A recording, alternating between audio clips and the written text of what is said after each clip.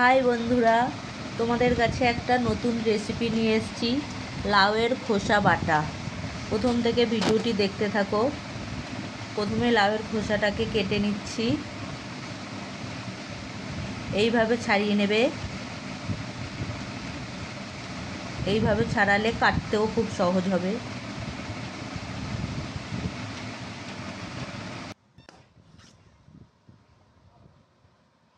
কাটা দেখাতে পাচ্ছি না, ওটা স্কিপ করে গেল। লাউটা কেটে নিয়েছি।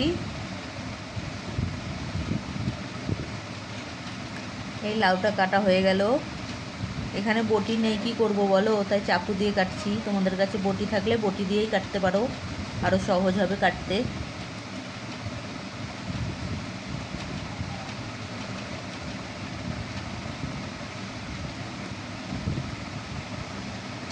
কত আস্তে আস্তে কাটছি।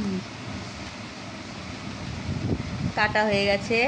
এবার লাউয়ের খোসাটাকে একটু সামান্য জল দিয়ে ভাপিয়ে নেব, এই 2-5 মিনিটের মতো। ঠিক আছে, একটু সামান্য লবণ দিয়ে।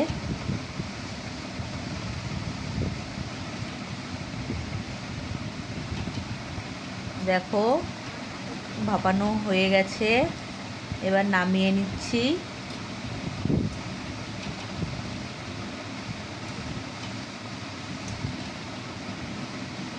এবার কড়াইটা গরম হয়ে গেছে, তেল দিয়ে দিচ্ছি, সাদা তেল।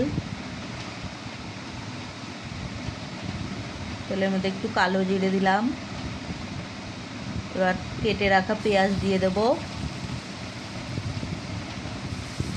পেঁয়াজটা হালকা ভাজার পরে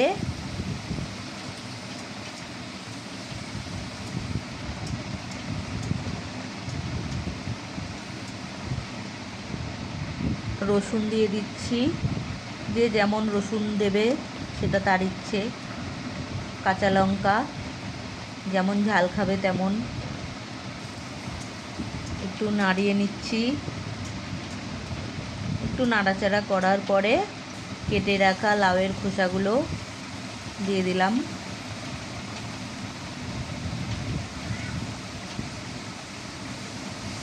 দিয়ে কিছুক্ষণ ভাজার পরে লবণ, হলুদ দিয়ে আবার নাড়াচাড়া করে নিয়ে, এটা ভাজতে বেশি সময় লাগে না।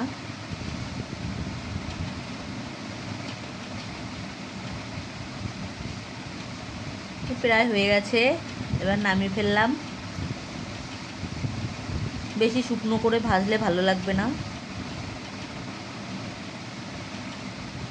এবার মিক্সিতে দিয়ে দিলাম।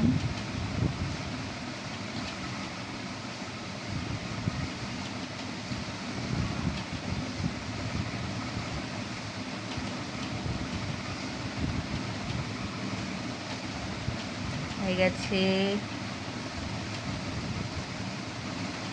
এইবার দেখো কত সুন্দর হয়েছে, দেখেই এত ভালো লাগছে, তাহলে বুঝতে পারছো খেলে কেমন লাগবে।